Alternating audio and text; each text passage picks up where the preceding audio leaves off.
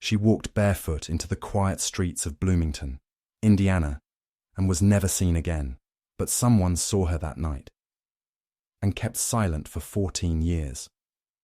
It was one of those warm, restless summer nights that college towns seem to breathe out after finals. When the streets still hum with leftover laughter, when music leaks from bar doors like heat from an oven, and when no one wants to think about tomorrow. Lauren Spierer was 20 years old, a petite blonde student at Indiana University. She loved art, coffee, and Friday nights that stretched into stories her friends would tell later. June 3rd, 2011, was supposed to be one of those harmless, forgettable nights. At around 10 p.m., Lauren and her friends gathered in her apartment. Light chatter, shots of vodka, laughter bouncing off the small walls. She wore a white tank top and black leggings, her long hair loose. A few selfies, a few quick texts, and then they headed out to Kilroy's Sports Bar, the local favorite on Walnut Street. The bar was crowded, humid with sweat and neon. Security cameras caught her smiling at the entrance around 1:30 a.m., her wrists stamped with blue ink. She danced, talked to strangers, ordered a couple of drinks. Witnesses would later say she seemed happy. Maybe too carefree, swaying just a little too much, her balance off but her smile intact. By 2 a.m., the group decided to leave. Some said Lauren had lost her shoes by then. She'd left them near the bar's sand patio. Her phone and keys were inside her purse, left behind as well. "I'll grab them tomorrow," she reportedly said, but tomorrow would never come for her. Security footage next showed Lauren walking down the sidewalk barefoot, holding onto a friend's arm for balance. They turned north toward College Avenue. The town was mostly asleep. Just the low hum of streetlights, the occasional passing car, and a train whistle far in the distance. A witness, a cab driver finishing his shift, remembered seeing her from across the street. She looked like a lost child, he told police later, barefoot, laughing to herself. "I thought someone would catch up to her." At 2:48 a.m., she arrived at an apartment building belonging to a friend. Corey Rossman. They went inside. He was later punched by another student for being drunk and out of line. His memory after that moment was gone, he claimed. But for Lauren, the night kept moving. At 3:30 a.m., another friend, Mike Beth, said he walked her part of the way back home. "She wanted to sleep," he recalled. "I told her to text me when she got there. She never did." The final verified sighting of Lauren Spierer was at 4:30 a.m. Cameras at the intersection of 11th Street and College Avenue caught her small figure. Barefoot, alone, walking unsteadily beneath a streetlight. Then she turned a corner and vanished into the darkness. For investigators, the next 90 minutes after Lauren left the bar became a map of contradictions. A web of small, confusing details stitched together by grainy security footage and half-remembered stories. Between 3 and 4:30 a.m., Lauren's path wound through a quiet maze of student apartments, alleyways, and narrow streets. At each corner, someone new claimed to have seen her, yet no two versions ever matched.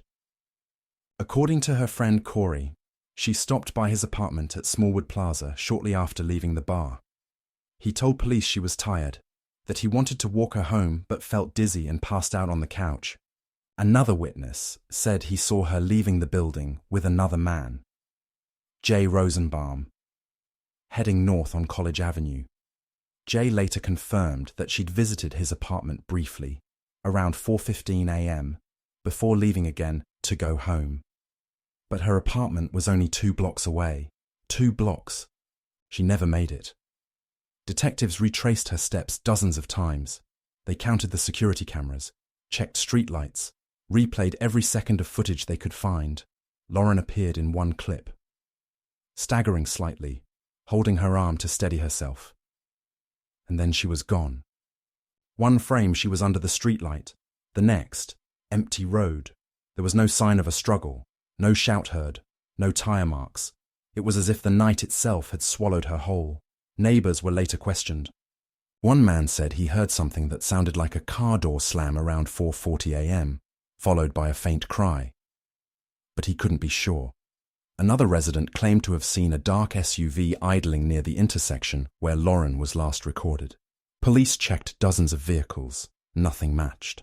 By dawn, the streets looked ordinary again. The morning sun hit the sidewalks, and joggers passed the same spot where Lauren had disappeared only hours earlier. Unaware that it would soon become one of the most analyzed intersections in Indiana history. To this day, detectives still can't explain what happened between the last camera frame and the first light of morning. Some believe she simply collapsed, disoriented, and someone panicked. Others think she was picked up by a driver she trusted. Someone from that small circle of friends. But the most haunting theory of all came from a retired officer. She didn't walk into that darkness alone. Someone walked her there and made sure she never came back.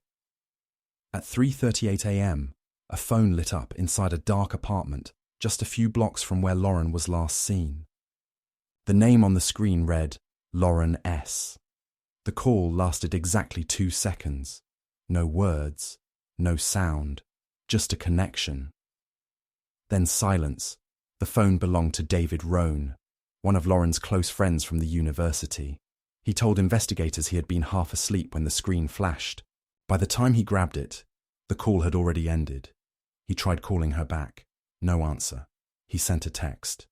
"Everything okay?" Delivered, but never read.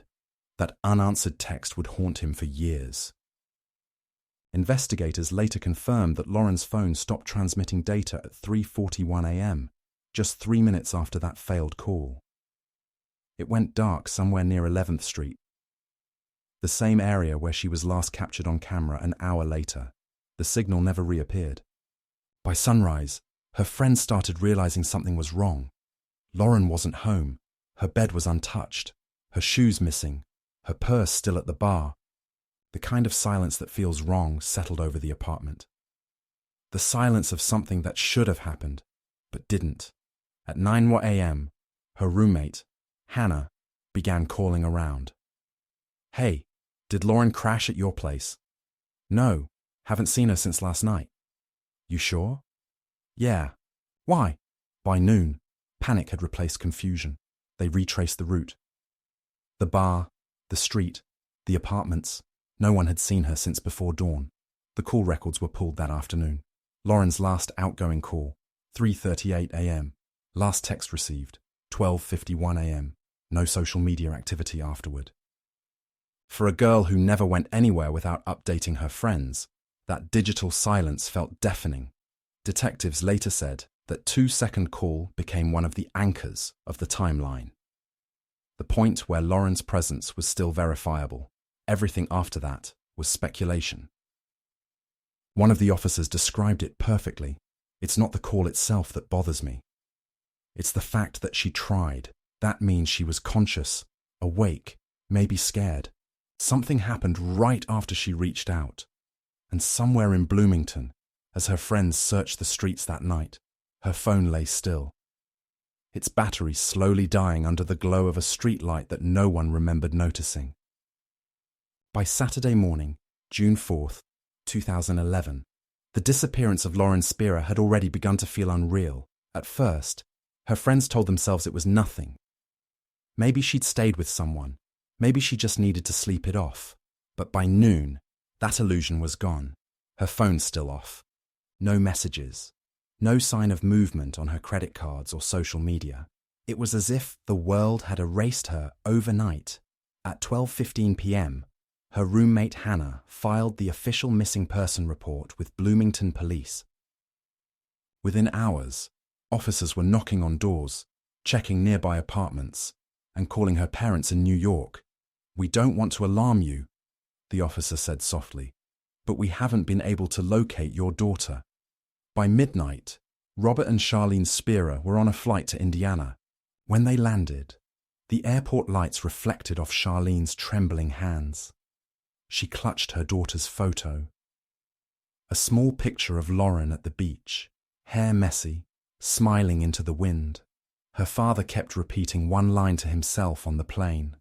She's somewhere close. We just have to find her. That first night, police and volunteers gathered outside the Bloomington police station. Search dogs, drones, flashlights. Hundreds of people combed the streets, the parks, the wooded trails by the White River. The search stretched into dawn. News stations arrived by morning. IU student missing after night out. The story spread fast. Flyers with Lauren's picture. Smiling, barefoot, blue eyes bright. Were taped to every lamppost, every coffee shop window. Reporters described her as 5 feet tall, 90 pounds, last seen wearing a white tank top. Tiny, vulnerable, vanished. The Spierers set up a base at a local hotel, transforming it into a war room, maps on the walls, calls from strangers claiming sightings, tips flooding in by the minute. Each one brought a flicker of hope. Then disappointment. A girl seen walking on the highway? Not her. A blonde woman at a rest stop? Not her. A body found near a creek? Not her either. Days turned into weeks. The search radius widened. First 1 mile, then 5, then 20. Helicopters hovered over cornfields and riverbanks. The media began using a phrase that no parent ever wants to hear: a mystery with no leads. For the people of Bloomington, time split in two. Before Lauren vanished, and after, the bars stayed open. The students came and went, but something in the air had changed. The nights no longer felt carefree. Every empty sidewalk looked like a question, and at the center of it all stood Charlene and Robert, still waiting, still believing. "If she's out there," her mother said through tears, "we just need someone, anyone, to tell us where." As the days passed, search teams kept combing through woods and riverbanks. But the police started looking somewhere else, inside her circle of friends. They were the last people to see Lauren alive, and their stories didn't line up. There was Corey Rossman, the first friend she left the bar with. He told investigators he was too drunk to remember most of the night. That someone had punched him in the face outside Smallwood Plaza after an argument. "I blacked out," he said. "Next thing I knew, I was home." But neighbors reported seeing him awake and alert later that night, pacing the hallway, phone in hand. Then there was Jay Rosenbaum, who claimed Lauren came by his apartment around 4:15 a.m. "She wanted to go home," he said. "I told her it wasn't safe to walk alone." He told detectives he saw her step outside, turn the corner, and vanish into the darkness. But his account changed. At first, he said she left barefoot. Later, he said she wore flip-flops, small details. But they mattered. And Jesse Wolfe, Lauren's boyfriend, wasn't there that night. He stayed home studying, but when police questioned him, his calm demeanor unsettled them. He hadn't called her until late the next morning. Nearly 10 hours after she disappeared, when asked why, he simply said, "She goes out a lot. I didn't want to smother her." Detectives replayed the timeline on a whiteboard, connecting names, times, and locations. Something didn't add up. One officer remembered the feeling vividly. Every one of those kids seemed nervous, not guilty. Nervous. Like they were all hiding the same secret. Within days, attorneys began showing up. Each of Lauren's friends now had legal representation. Cooperation slowed. Statements became shorter, cleaner, rehearsed. Online forums lit up with speculation. People accused, defended, analyzed. One rumor claimed Lauren had overdosed at someone's apartment and her body was hidden to avoid scandal. Another said she'd been picked up by a stranger. A random act of violence, but in a town where everyone knew everyone. Random felt unlikely. Charlene and Robert watched interviews on TV, reading between every word. "If they were with her," Charlene whispered to a reporter, "then they know something. People don't just disappear into thin air." The police began calling it the circle of silence. Every friend told the same half story. Where they'd been, what they'd seen, but never what came next. Someone once described their tone perfectly. They spoke as if the night ended for them, but not for her. Behind the college smiles and polite statements, investigators sensed something darker. An unspoken pact, and in the middle of it all, the unanswered question grew heavier by the day. If no one saw what happened to Lauren, why were so many people afraid to talk? The last verified sighting of Lauren Spierer was at 4:30 a.m. A single security camera at the corner of 11th Street and College Avenue caught her walking north, alone. The frame was grainy, black and white. Her silhouette moving unsteadily beneath the yellow streetlight, hair falling over her shoulders, one arm out for balance. And then, she turned right, out of the frame. After that, nothing. No cameras, no witnesses, no trace. Between 4:30 and 5:30 a.m., time seemed to vanish with her. Detectives would later call it the lost hour. Every theory, every timeline, every suspect led back to that empty space in the night. A local resident named Tom Briggs told police he was walking his dog near the intersection just before dawn. I heard something. Like a girl's voice, a sharp sound, maybe a cry, then a car door slammed. After that, it was quiet again. He couldn't see where it came from. There were no streetlights on that side of the block. Another neighbour, Mrs. Halpin, reported seeing a dark SUV idling by the curb around the same time. It wasn't moving, just sitting there with the engine running. I thought it was waiting for someone. When investigators checked nearby cameras, they caught a faint reflection of headlights, too far away to identify the model or plate. At 5:06 a.m., a garbage truck drove through that same route. The driver later testified. Didn't see anyone. Street was empty. By then, if something had happened, it was already over. When the sun rose, the neighborhood looked normal again, but to detectives, every inch of pavement, every gutter drain, every tree line became potential evidence. They brought in cadaver dogs. Nothing.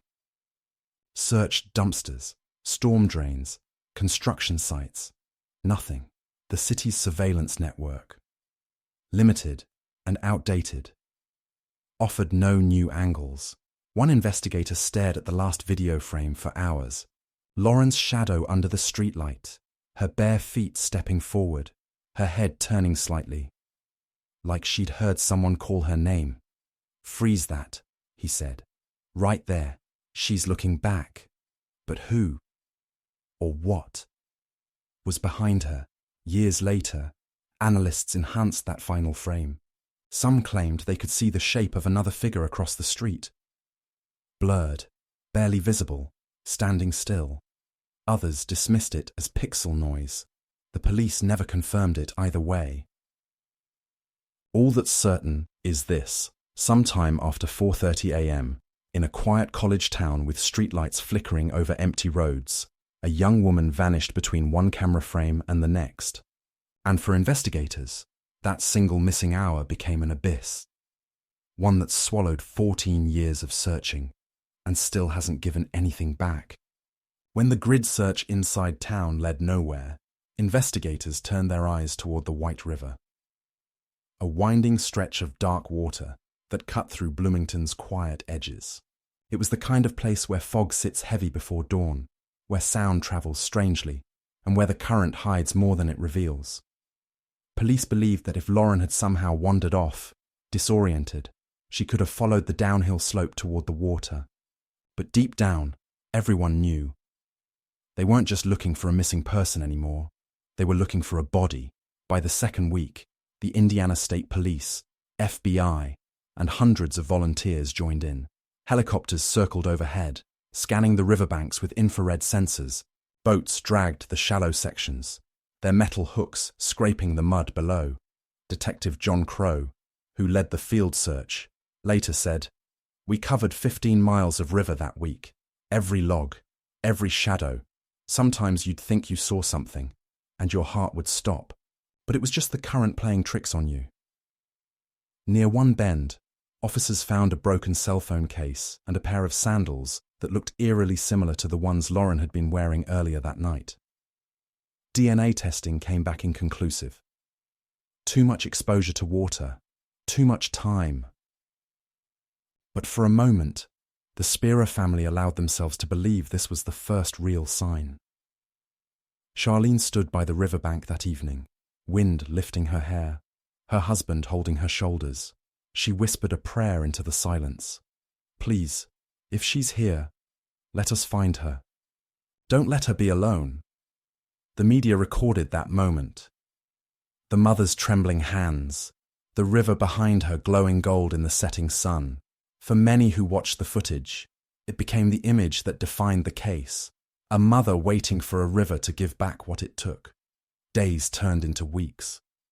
Every time divers came up empty-handed, hope drained a little more. Even the volunteers, who had once shouted her name across the fields, began walking slower, quieter. One of them said, "It felt like searching for a ghost. You knew she was gone, but you didn't want to stop calling her name, just in case she could still hear." By mid-July, the active river search was called off. There was no evidence of foul play, no trace of Lauren, no closure. That night, the Spierers gathered at the river one last time, surrounded by candles flickering in paper cups. Charlene placed a single rose in the water. It drifted downstream, carried away by the slow current, disappearing just like her daughter had. One quiet summer night, "We just want to bring her home," she said. "That's all we've ever wanted." By the third week of the investigation, the search along the river had gone cold. But inside the Bloomington Police Department, something new was taking shape. Detectives began focusing on the apartments where Lauren had last been seen that night, the ones belonging to her friends. The first stop, Corey Rossman's unit at Smallwood Plaza. When officers entered, the air felt wrong, too clean, too still. The carpet had been steam cleaned just days after Lauren disappeared. Unusual, considering no cleaning crews were scheduled for that floor. The couch had been replaced, the walls freshly scrubbed. One officer later described it bluntly. It smelled like bleach and fear. In the kitchen, detectives found a small stain near the sink. The test came back negative for blood. But the chemical traces were enough to raise suspicion. They also found fragments of a broken bracelet, the kind Lauren was known to wear. Corey couldn't explain it. "I don't know. Maybe it's hers. Maybe not. I don't remember." Next was Jay Rosenbaum's apartment, just across the hall. Jay repeated his story, that Lauren left around 4:30 a.m., walking north alone, but his timeline didn't match the phone data. His text to a friend that night, time-stamped at 4:48 a.m., said, "She left. Hope she gets home okay. Only problem." By that time, her phone was already dead. Investigators noted a new rug in Jay's living room, bought the day after Lauren vanished. When asked why, he said it was coincidence. The detective in charge, Sergeant Crow, wasn't buying it. Too many coincidences, too much cleaning, too little truth. Word spread around campus that the apartments were being watched. Students whispered that something bad had happened that night. An accident, a fight, maybe worse. And someone panicked. Inside the police station, agents quietly began to suspect a cover-up. The working theory was simple, terrible, and unproven. Lauren may have overdosed or suffered an injury while surrounded by friends too scared to call 911, and in the hours that followed, they cleaned it up. The FBI joined to run luminol tests, searching for hidden traces of blood under UV light. No definitive results, no charges. Without a body, there was no case. Still, investigators felt it in their gut. Someone in that apartment complex knew what happened. Someone had scrubbed away more than just evidence. They'd erased a person. One officer said it best during an interview years later. "We weren't just chasing a missing girl anymore. We were chasing ghosts. And they lived behind locked doors." By mid-July, frustration inside the Bloomington Police Department had reached a breaking point. Weeks of searching, dozens of warrants, hundreds of tips. And still, no body, no trace, no answers. So investigators made a move that always shakes a case loose: polygraph testing. Every friend who had been with Lauren that night was asked. Some voluntarily, some through lawyers. And that's when the cracks began to show. Corey Rossman agreed at first, then backed out at the last minute. His attorney released a statement. Mr. Rossman has nothing to hide, but due to emotional distress and the unreliability of polygraph tests, he will not participate. To detectives, it sounded rehearsed. Jay Rosenbaum took the test. He passed, but the examiner noted inconsistent stress patterns.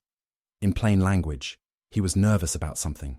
When asked why, he said, "Because you guys act like I did something. I didn't." Jesse Wolfe, Lauren's boyfriend, took his test too. His results were clean. But what struck investigators wasn't the data. It was his calm. When one officer showed him a photo of Lauren during questioning, Jesse just stared at it quietly and said, "That's how I want to remember her." Then he looked down, as if he already knew he'd never see her again. The public reaction was explosive. National media started calling it the Bloomington silence. Talk shows debated whether Lauren's friends were covering up an accident. Online forums lit up with accusations.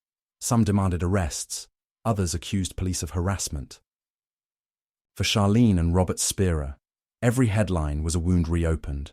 They sat through interviews, vigils, and television appearances, their faces drawn but determined. At a press conference, Robert's voice shook as he said, "If you're innocent, prove it. Take the test. Speak the truth." Do it for Lauren. Silence followed. None of her remaining friends came forward after that. Behind closed doors, FBI profilers reviewed the case notes. Their report was chillingly simple. The truth lies within the inner circle.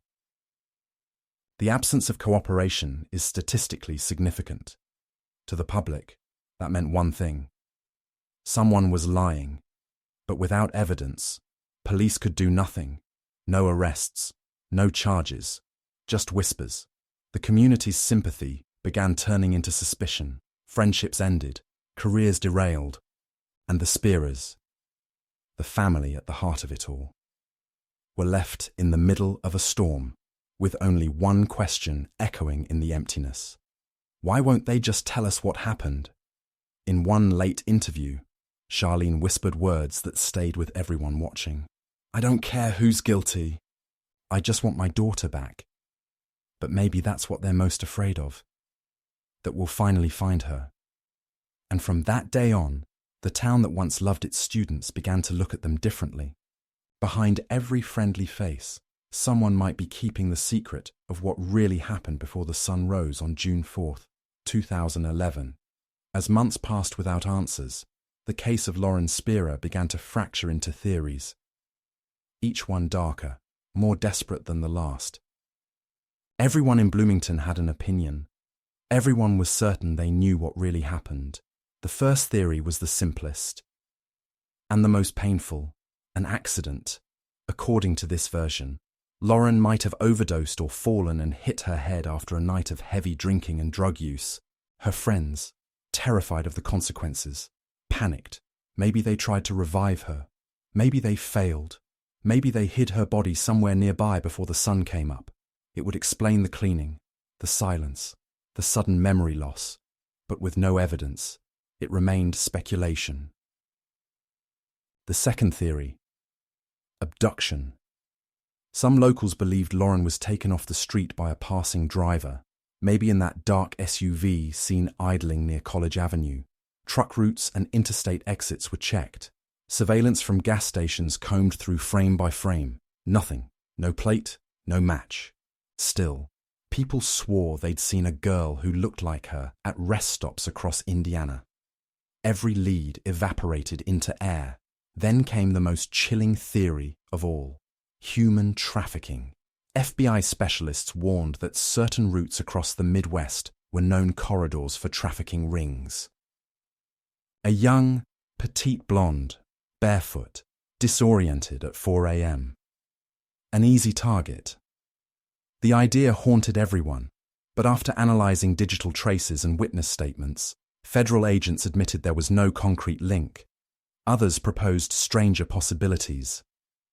A local construction site where fresh concrete was poured the next morning, a private pond behind an abandoned farmhouse, a theory about an accident involving a vehicle. Hidden, covered up. Let the story go. Documentaries, podcasts, Reddit threads dissected every second of footage, every inconsistency in the friends' statements. Online sleuths zoomed in on the last photo of Lauren taken that night, arguing about reflections in windows, shadows behind her shoulder, even the direction of her walk. The more the case was discussed, the further the truth seemed to drift. Rumors became facts, facts became doubts, and for the Spierers, the noise was unbearable. "We don't need theories," Charlene said quietly on a national interview. "We need our daughter." Yet deep down, even the most rational minds began to wonder, what if all the theories were wrong? What if the truth was something smaller? Something so ordinary, so human, that no one dared to believe it? Because sometimes, the most terrifying part of a mystery is realizing the answer might have been right there, all along. 14 years have passed since that summer night in Bloomington. The college bars have new names now. The students walking those same sidewalks were children when Lauren disappeared. But for the Spierers, time never moved forward. It only circled the same empty hour, over and over again. Every June, they returned to Indiana. Same hotel, same route, same candlelight vigil on Kirkwood Avenue. A small crowd still gathers. Neighbors, alumni, strangers who never met Lauren but can't forget her face. They hold candles, whisper prayers, and watch the river that never gave her back. Charlene's hair has gone grey. Robert's hands tremble when he speaks, but their message hasn't changed. Someone out there knows. Someone saw something. Please, tell us. Police still classify the case as open but inactive. Every few years, a new detective picks it up, reviews the files, replays the footage, checks DNA samples that never match anyone. Then the case goes quiet again. A new batch of freshmen moves into Smallwood Plaza, unaware they're living in the shadow of a mystery that never died. But in 2025, something unexpected surfaces online. On a quiet Thursday morning in March, a user on Reddit's Our Unresolved Mysteries posts a 14-second clip.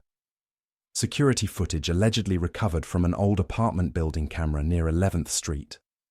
The video is blurry, timestamped 4:32 a.m., June 4th, 2011. It shows a small figure walking unsteadily across the frame. Believed to be Lauren, she pauses, turns her head. In the far left corner, the faint outline of another person appears. Motionless, watching, then the clip ends. The post explodes overnight. Thousands of comments flood in. Analysis, theories, slow-motion breakdowns. Some say the figure is just a shadow. Others swear they see a face. Within hours, the Bloomington police confirm they're reviewing the video's authenticity. For the Spierers, the clip is both hope and torment. Another glimpse, another maybe. Robert watches it on his laptop, the same frame looping endlessly. His daughter frozen under that streetlight. He whispers, "She looked back." I wonder what she saw. The internet does what it always does. It obsesses, argues, then moves on. But for those who followed the case for years, the clip changes something. It reminds them that the story isn't over. Somewhere in that narrow window of 4:30 a.m., between one breath and the next, someone was there. Someone who has carried the truth for 14 years. And as the candlelight vigil ends that June, Charlene looks out across the quiet Indiana night, her voice barely above a whisper. If you're listening, please let this be the year we find her. Bloomington, Indiana. 14 years later. The seasons have changed. The faces have changed. but the shadow of that summer night still lingers like a quiet echo through the town. Students hurry down the same sidewalks Lauren once walked, coffee cups in hand, earbuds in, their laughter spilling into the same streets that once swallowed her footsteps. They don't notice the small plaque hidden near the intersection of 11th and College. A faded memorial stone, etched with a single line. Never forgotten. The bar where she spent her last night. Kilroy's. Still fills with music on Fridays. The new crowd doesn't know her name, but sometimes the older staff still whisper about the barefoot girl who vanished into the dark, as if speaking her name might wake her ghost. Detective John Crow retired in 2019. When asked what he thought really happened, he paused for a long moment before saying, "There are some cases you don't solve, you just carry them." For the Spierer family, carrying it became a way of living. They turned their grief into something else. A foundation, scholarships, community outreach for missing persons. Every time they speak at schools or conferences, Charlene says the same thing. It can happen anywhere, to anyone. But silence. Silence is what keeps it alive.